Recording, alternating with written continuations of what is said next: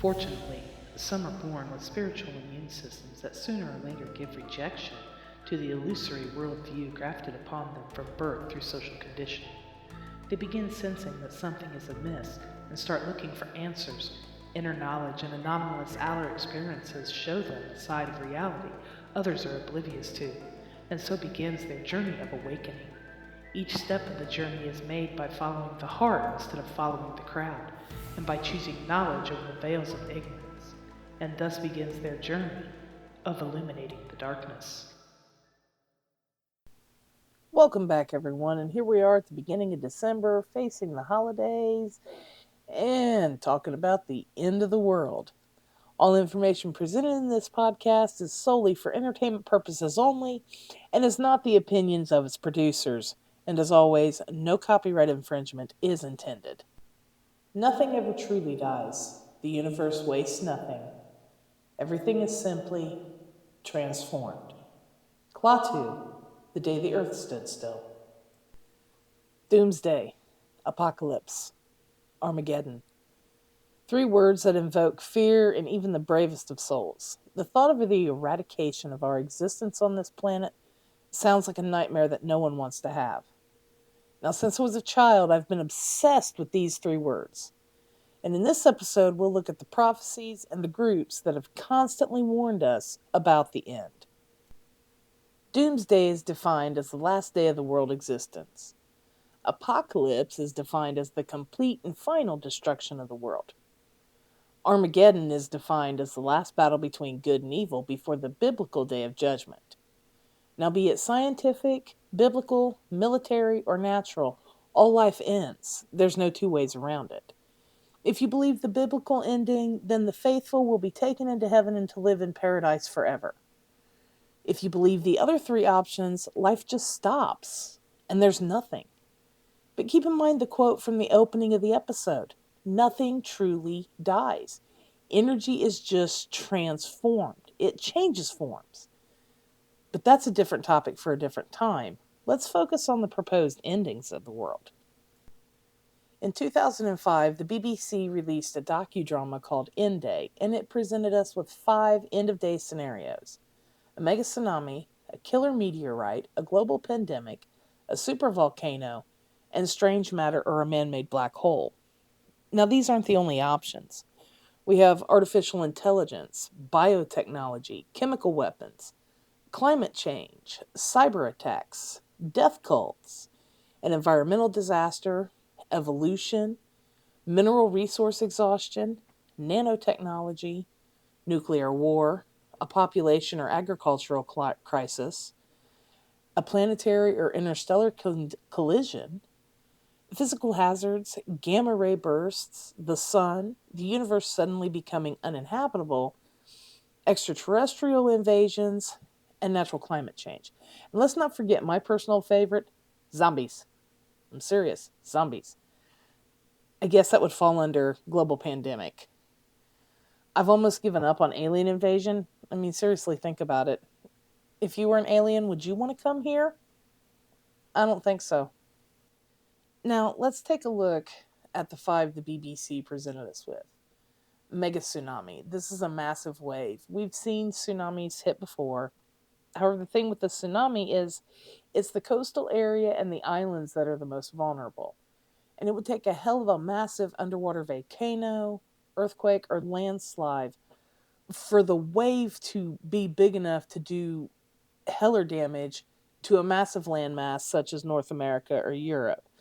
Worst case scenario, it's going to take out your coastal cities on either the west or east coast, and it's going to take out your island locations. So, possibly a null and void non-issue. Our next contestant is the killer meteorite, and that's a rock big enough that can hit like an atomic bomb or several atomic bombs dropping all at once. And one big enough could kick up a dust cloud that's going to block out the sun and then give us the theoretical nuclear winter. The impact zone will be devastated. And let's be honest, it's going to leave a great big hole. Global pandemic. We've been there. We've done that. Didn't quite work out the way it was predicted. Our next contestant is a supervolcano. Now, there are 20 known supervolcanoes in the world: Indonesia, New Zealand, Italy, California, and Wyoming. Currently, the most likely to erupt is in Italy, and according to scientists, it would be catastrophic. A supervolcano could easily end all life on Earth. Now, most of the lava would fall back into the crater, but it's the energy release, and it would be the equivalent to 875,000 megaton explosion.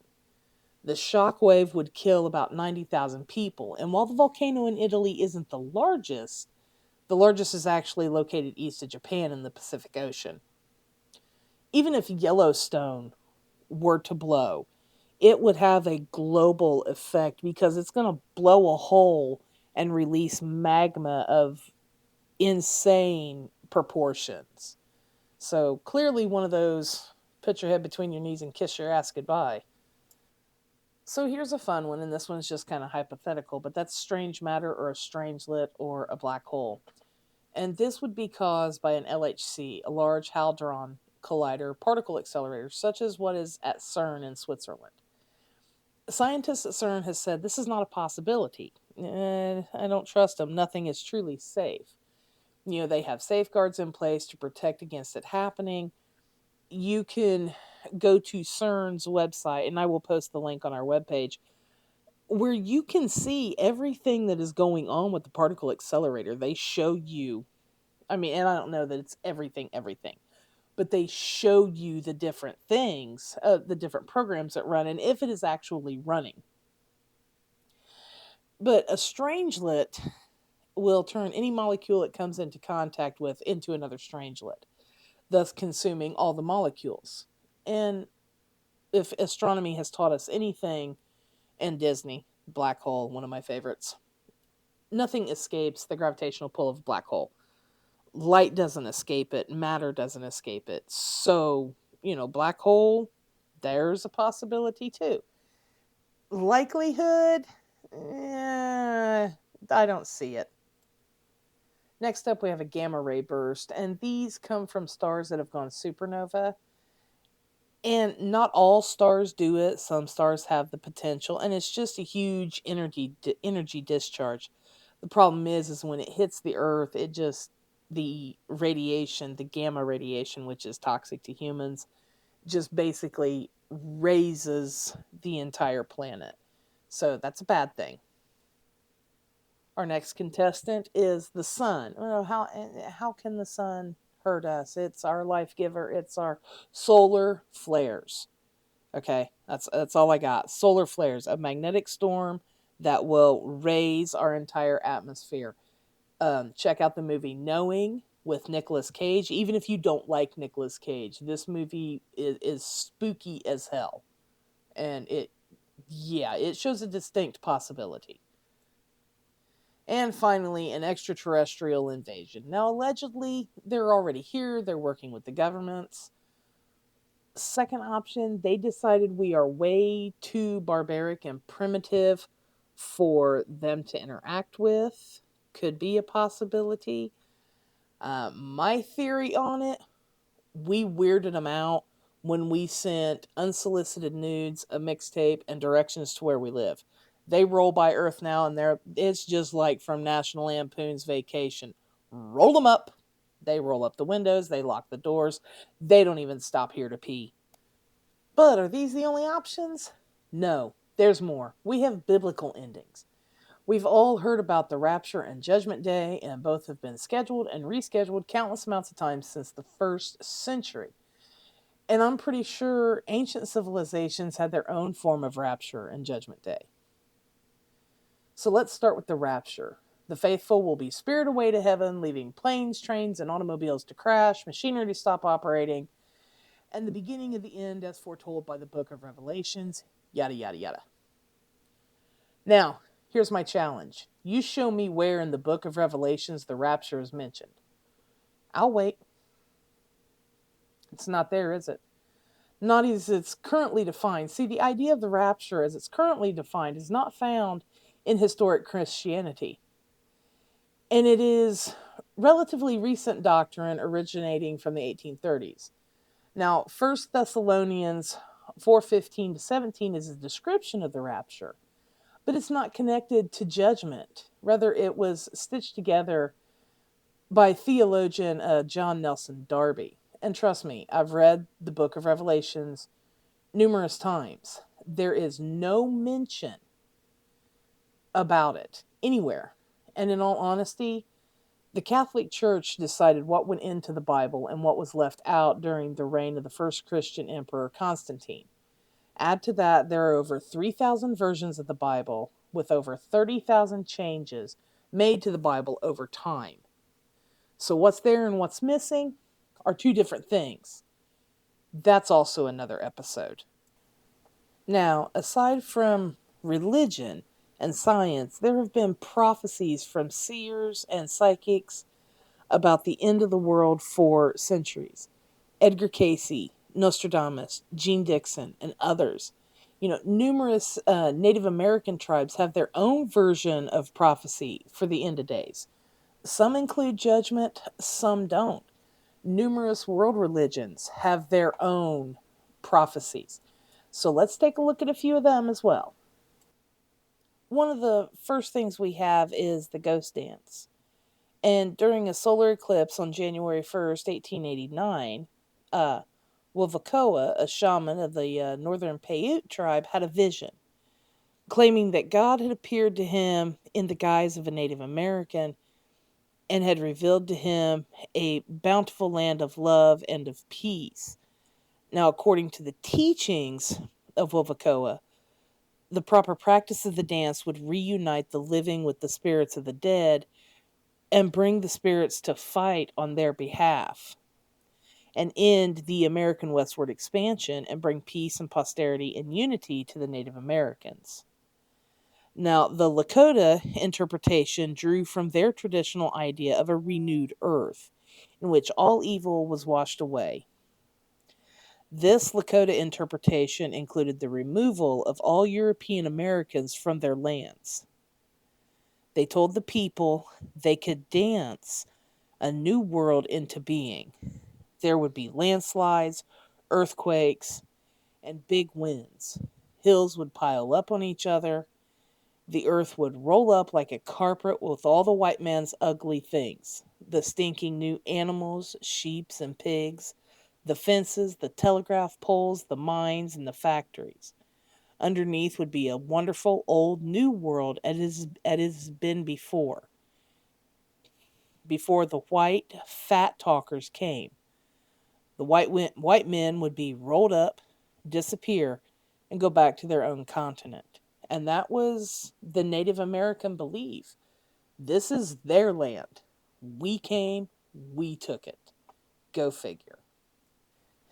The Islamic prophecy of the end times, and there's a general consensus of Muslim scholars agreeing that there would be tremendous and distinctive signs before the world ends.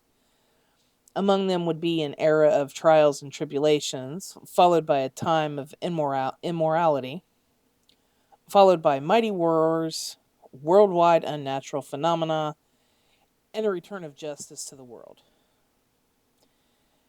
Defining figures are also prophesied, such as the Mahdi and the second coming of Isa, also known as Jesus in Christianity, who bring about a heavenly victory against Dajjal, which is the Antichrist according to Christianity, and ending with the release of Yagu and Meju, which is Gog and Magog, to the world.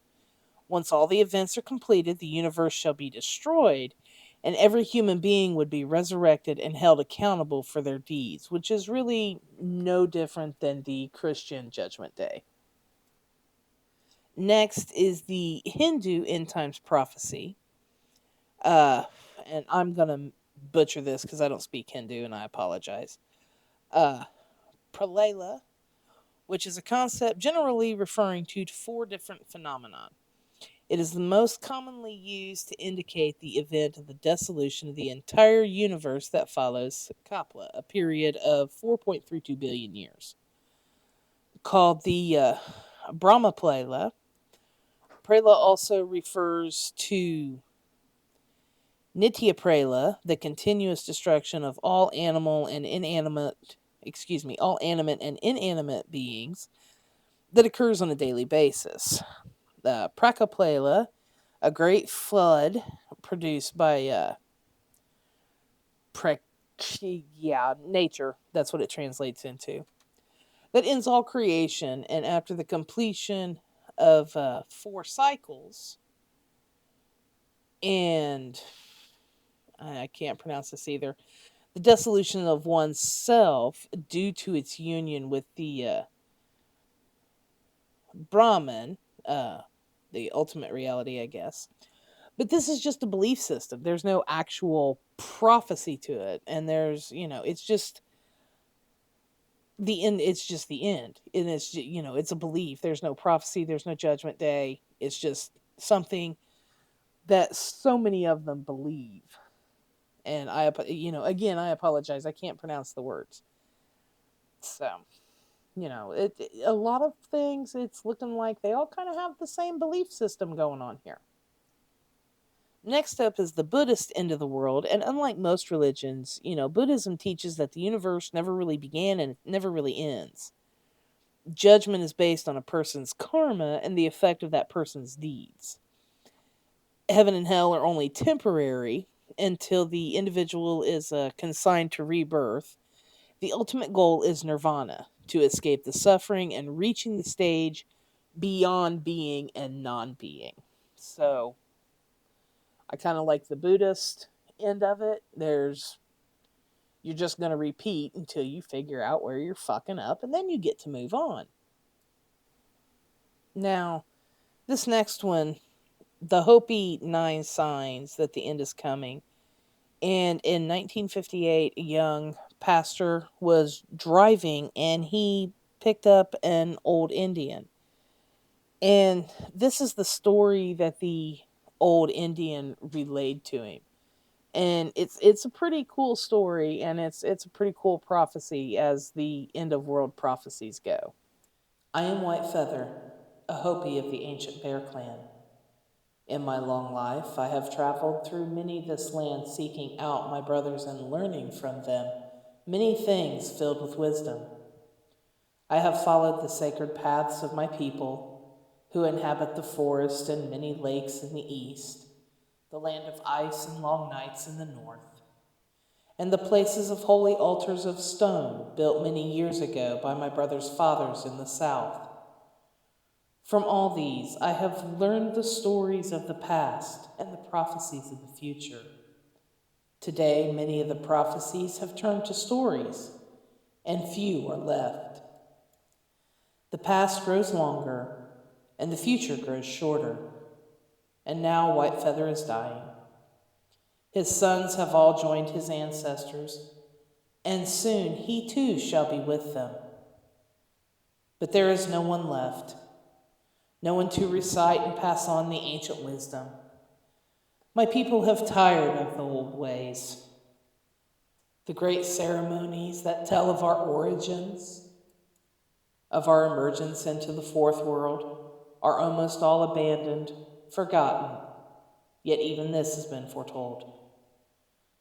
My people await Pahana, the lost white brother, as do all our brothers in the land. He will not be like the white men we know now, who are cruel and greedy.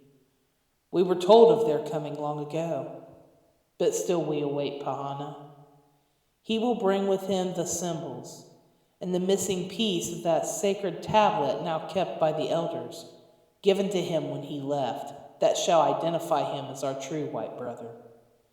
The fourth world shall end soon, and the fifth world will begin. This the elders everywhere know. The signs over many years have been fulfilled, and so few are left. This is the first sign. We are told of the coming of the white-skinned men, like Pahana, but not living like Pahana. Men who took the land that was not theirs, and men who struck their enemies with thunder. This was the first sign of guns being used against the Indians. This is the second sign. Our lands will see the coming of spinning wheels filled with voices. In his youth, my father saw this prophecy come true with his eyes. This was the white man bringing their families in wagons across the prairies. This is the third sign. Strange beast, like a buffalo, with great long horns, will overrun the land in large numbers. These White Feather saw with his eyes. This was the coming of the white man's cattle. This is the fourth sign. The land will be crossed by snakes of iron. This was the railroad that spread out across the country. This is the fifth sign. The land shall be crisscrossed by a giant spider's web. This was the electrical power and telephone lines that spread out across the country. This is the sixth sign. The land shall be crisscrossed by rivers of stone that make pictures in the sun. This was the highways and their mirage producing effects that you sometimes see when you're driving in open areas with the sun beating down. This is the seventh sign. You will hear of the sea turning black and many living things dying because of it. This would be oil spills in the ocean. This is the eighth sign. You will see many youth who wear their hair long like my people come and join the tribal nations to learn their ways and wisdom. This was the hippie movement of the 1960s. This is the ninth sign and the last sign. You will hear of a dwelling place in the heavens above the earth that shall fall with a great crash. It will appear as a blue star. Very soon after this, the ceremonies of my people will cease. The ninth sign was the U.S. space station Skylab, which fell to Earth in 1979, and according to Australian eyewitnesses, it appeared to be burning blue. These are the signs that great destruction is coming. The world shall rock to and fro. The white man will battle against other people in other lands, with those who possess the first light of wisdom. There will be many columns of smoke and fire, such as White Feather has seen the white man make in the desert not far from here. Only those which come will cause disease and great dying. Many of my people, understanding the prophecies, shall be safe. Those who stay and live in the places of my people also shall be safe. Then there will be much to rebuild, and soon, very soon afterward, Pahana will return. He shall bring with him the dawn of the fifth world. He shall plant the seeds of his wisdom in their hearts. Even now, the seeds are being planted. These shall smooth the way to the emergence into the fifth world. But White Feather shall not see it. I am old and dying. Perhaps you will see it in time. As he finished, White Feather spoke of the people who possessed the first light of wisdom. So could this possibly have been Israel? These were, they say God's chosen. So could it have been Israel? We don't know. We do know that right now in the Gaza Strip, all hell's breaking loose. And then he talked about the columns of smoke and fire in the desert. These are regions where the atomic bombs were tested. So for White Feather to interpret this as the prophecy, it's possible. So we don't know. Some of these prophecies could be spot on, some of them could just be legends passed down from generation to generation to explain off things. I do know the Native Americans had names for every living thing in their regions, for the fish, the flowers, the trees, the birds, the animals. they're a beautiful culture. If you have never been to Cherokee, North Carolina, it's a beautiful place to go. I've been there and I absolutely loved it. And I have a great reverence and respect for these people. You know, they were here first. This is their land. The next prophecy is the Seven Fires prophecies, and this is a similar prophecy among several North American tribes that, says the human beings will have two options to choose from after the world has been befouled and the waters turned bitter by the disrespect. You know, we have two paths. We have the path of materialism and the path of spirituality. If we choose spiritualism, we'll survive, but if we choose the materialism, that's it. It's over. And I was going to read into the prophecy, but it's also kind of long. But if look it up, Google it. I will post a link to it on our Facebook page, and it's pretty fascinating. So our next prophet is Edgar Casey, the sleeping prophet. And Casey's readings had much to say about the life of Christ concerning the lost years that were never addressed in the Bible.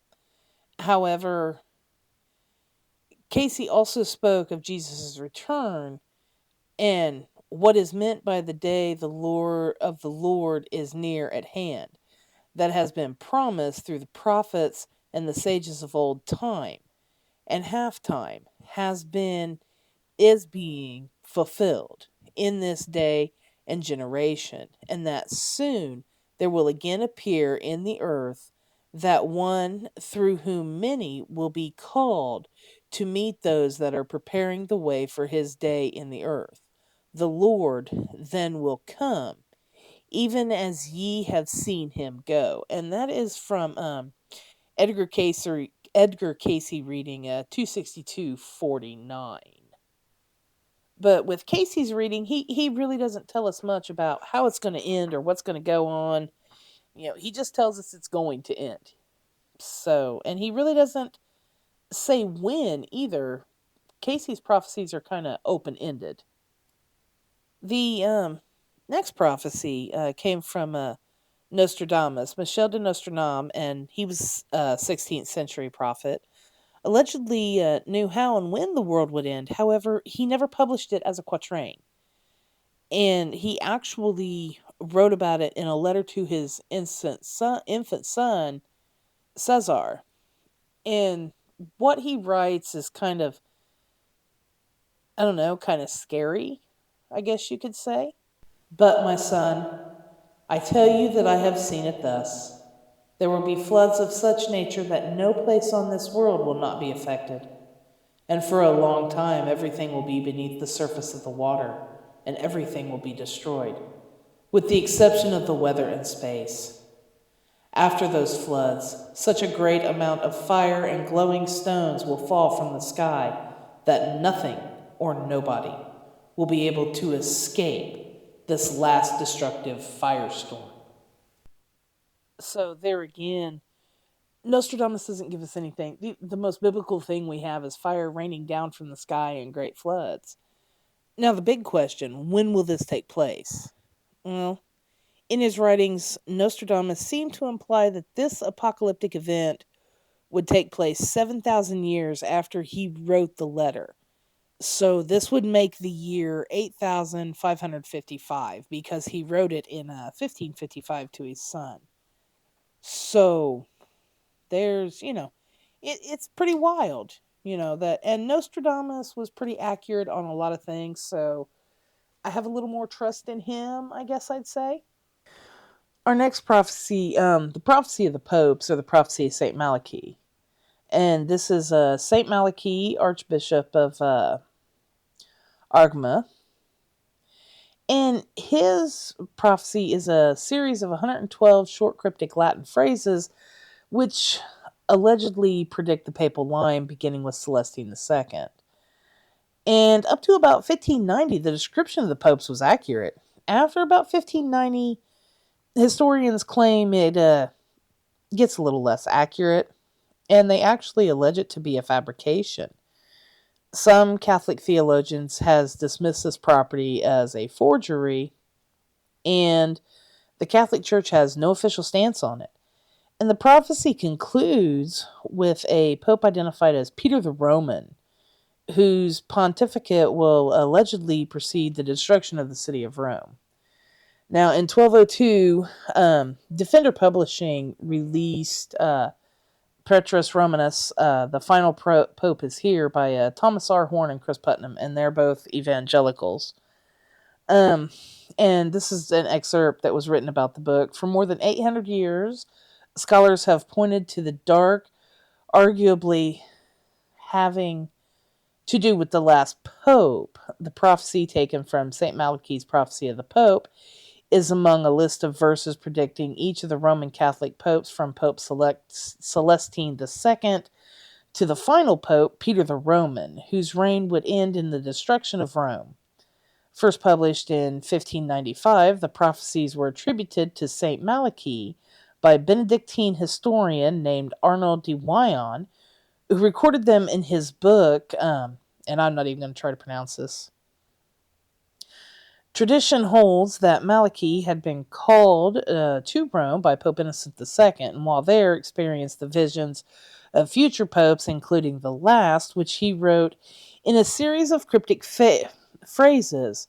According to the prophecy, the next pope, following Pope Benedict the 14th, is to be the final pontiff, Petrus Romanus, or Peter the Roman.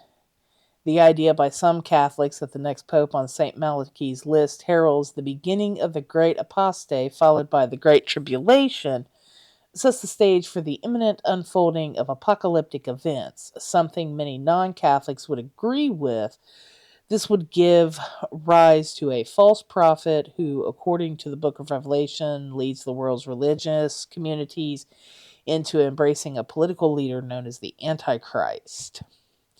In recent history, several Catholic priests, some deceased now, have been surprisingly outspoken on what they have seen as this inevitable danger rising from the ranks of Catholicism as a result of secret satanic Illuminati Masonic influences. Okay. These priests claim secret knowledge of a multinational power elite and occult hierarchy operating behind supernatural and global political machinations. Among this secret society are sinister false Catholic infiltrators who understand that as the Roman Catholic Church represents 1/6 of the world's population and over half of all Christians, it is indispensable for controlling future global events in matters of church and state in the fulfillment of a diabolical plan they call Ada Vendetta, which is set to assume control of the papacy to help the false prophet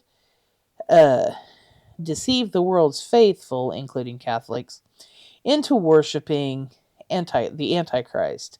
Dr. Michael Lake states about the book, Catholic and evangelical scholars have dreaded this movement for centuries. Unfortunately, as readers will learn, time for avoiding Peter the Roman just ran out.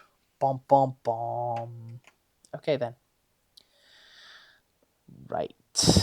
I've read the book, okay? And, far be it from me to judge anyone for any religion, but it's a stretch, okay? I'll give it that. In recent times, some interpretations of the prophetic literature have drawn attention to the prophecy due to its imminent conclusion if the list of descriptions is matched on a one-to-one basis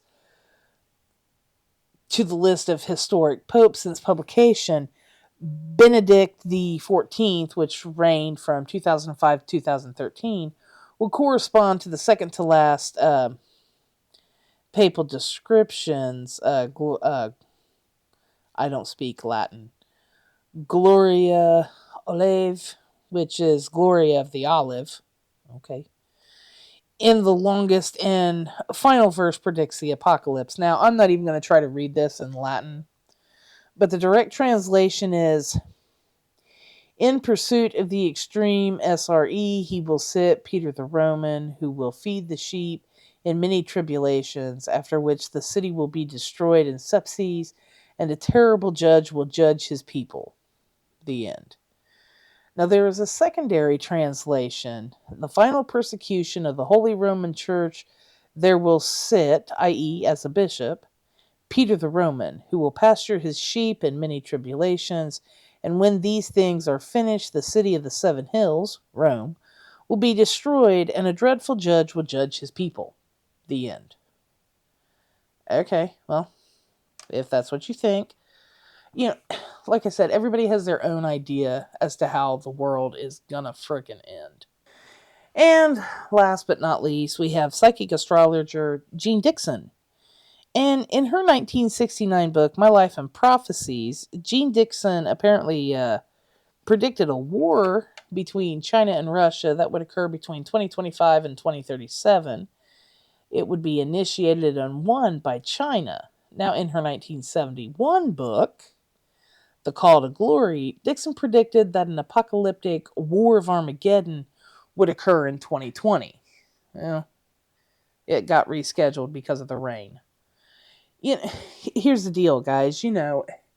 Like I said at the beginning, everybody has their own theory as to how and when and who and why. And if you look at the numerous, numerous predictions, you know, another prophecy is the blood moon prophecy. And this one is kind of eerie because you can trace it back. Now, another prophecy that I'd like to take a look at is the blood moon prophecy. And the blood moon prophecies were a series of prophecies by Christian preachers John Hagee and Mark Blitz related to a series of 4 full moons in 2014 and 2015. The prophecy stated that a tetrad, which is a series of 4 consecutive lunar eclipses, and they all coincided on Jewish holidays. But these 4 total lunar eclipses had 6 full moons in between, with no partial lunar eclipse in them. It was a full lunar eclipse.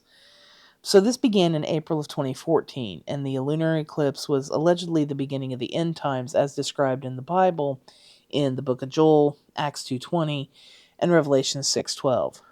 And the tetrad ended with a lunar eclipse on September 27th, 28th of 2015. Now, the claim of a blood moon being a sign of the beginning of the end originates in the book of Joel, where it is written, "The sun will turn to darkness and the moon into blood before the great and terrible day of the Lord comes."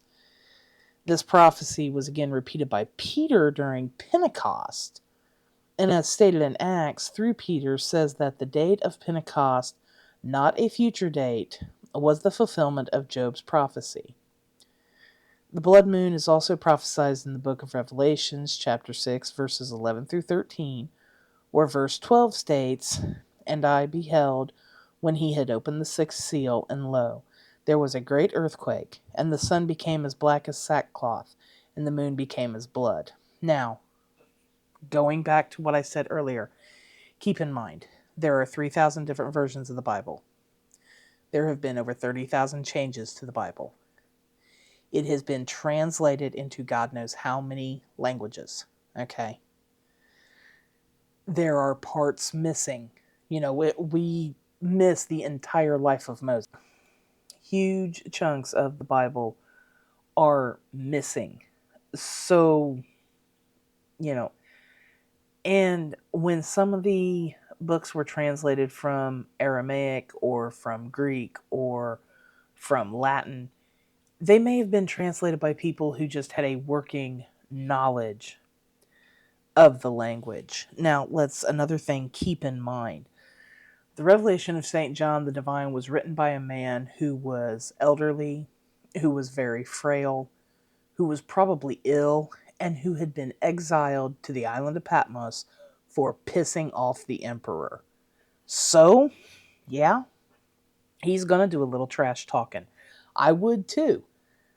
So, I'm not attacking anyone's religion here. I'm just looking at the facts of the matter. So, getting back to the prophecy, according to some, the tetrads have occurred or coincided with Jewish holidays and major events. Now, keep in mind, the Jewish use a lunar calendar, and according to NASA, tetrads are rare. Okay, these are extremely rare lunar events, and only 55 has taken place since 1st century AD. And the phenomena of 4 consecutive blood moons coinciding with Jewish feast days or major events affecting the Jewish people have occurred in close proximity. We have the tetrad of 1493 1494, and that was the Spanish Inquisition. In 1492, King Ferdinand II and Queen Isabella I of Spain gave their Jewish and Muslim population 4 months to convert to Christianity or leave the country. The Spanish Inquisition sought to punish the Jews who had converted to Christianity but were accused of not being sincere in their conversion. Then we have the tetrad of 1967 and 1968, when Jerusalem was reunited during the 7-Day War of 1967. On June 7th, the Jordanians launched an attack against Israel in West Jerusalem. Israel countered attack, driving Jordan out of East Jerusalem, out of Judea and Samaria, and back into its own land across the Jordan River. Jerusalem, the place of God, declared many times in the Old Testament that he would place his name, was once again under the control of the Jewish people. This is the place that during their almost 2,000 years in exile, they would turn their faces towards and pray 3 times a day for the restoration of Jerusalem. So if you go back and look at the last 525 years, April 13th, 1949, Passover, and then a total lunar eclipse. Then again in October of 49, Feast of Tabernacles, and a total lunar eclipse. April 2nd of 1950, Passover and a total eclipse. September of 1950, Feast of Tabernacles, and a total lunar eclipse. In 1948, Israel declared themselves a nation. And in 1949, the first permanent government took office. So those are some pretty major events. Then you have 1967. April was Passover and the total eclipse. October was the Feast of Tabernacles and the lunar eclipse. In 68, April 68, Passover. October 68, Feast of Tabernacles, both with the lunar eclipse. And that was the 6-Day War where Israel recaptured Jerusalem. There are no tetrads in the 1600s, 1700s, or 1800s. Then you get to April of 2014, and we have Passover and a lunar eclipse, October of 2014, Tabernacles and a lunar eclipse, and it just repeats in 15. So, coincidence? Possibly. And the next tetrad is not due until 2032, 2033. So if we're all still here, we'll see what's happening then. 2021, 2022, we came close, but the partial lunar eclipse in November kind of messed it up. But, so there again, there's another prophecy that says, hey, the world's ending, and it got rescheduled. So now I know you're sitting here and you're going, who believes this crap? Well, there are a lot of people that believe it. You have some doomsday cults. We've got Om Shinrikyo, Heaven's Gate, Movement for the Restoration of the Ten Commandments of God, Millerites or Jehovah's Witnesses, Jim Jones and the People's Temple, David Koresh and the Branch Davidians, James Rawle and the Survivalists, Church Universal and Triumphant, God's Salvation's Church, the Order of the Solar Temple, the Dami Mission, the Established King, the Seekers, Concerned Christians, El Home City, they're all there. Then these cults, they have made numerous predictions just to go over a few. I mean, you can go back to the first century, and there are so many predictions for apocalyptic events. In the first millennium, 66 to 70, there's a prediction. Year 365, 375 to 400. And the majority of these predictions are made by either these apocalyptic groups or different religious groups. And they're all calling for the same thing. They're calling for the Antichrist. They're calling for the end of the world. And it hasn't happened yet. Like I said, it keeps getting rescheduled. So there you have it, friends. We look at the prophecies, the people predicting them, and it can either scare the hell out of you, or it can give you some comfort knowing that this is only temporary. But bodies rot and decay and get sick and get injured. It's the energy, the soul, the spirit, the chi, the consciousness, the magic smoke, whatever you want to call it. That's what counts. And I don't know of anyone that has ever come back and said, "Don't die, it sucks here." Okay, so something to look forward to maybe for some people. I don't know. If you've got a belief system that says you're going to go to a special place, hey, more power to you. I hope it's a beautiful place. I hope your loved ones are there with you. For me, it's an end to the suffering and the strife and the stress and the depression and the emotion. And I'm reunited with my loved ones, and it's just a beautiful thing. That's the way I see it. I got to apologize, guys. I know we're really, really vanilla. There's intro music, and that's it. There's no outro. There's no music breaks. And that is because finally, after working so hard, we now have a YouTube channel, and YouTube is actually pretty strict on copyright. So I got to spend some time figuring out what's what and who's who. But we're always available through our website at www.illuminated-darkness.com, our Illuminated Darkness podcast Facebook page. We now have our Illuminated Darkness podcast Facebook, or not Facebook, but YouTube channel. So we're getting out there, getting some buzz going, and that's what it's all about. I don't expect to make millions. I don't even expect to make hundreds, but I do expect to bring some information to the world. So until we meet again, my friends, with our next exciting topic, keep your eyes and your mind open, and always try to stay out of the darkness.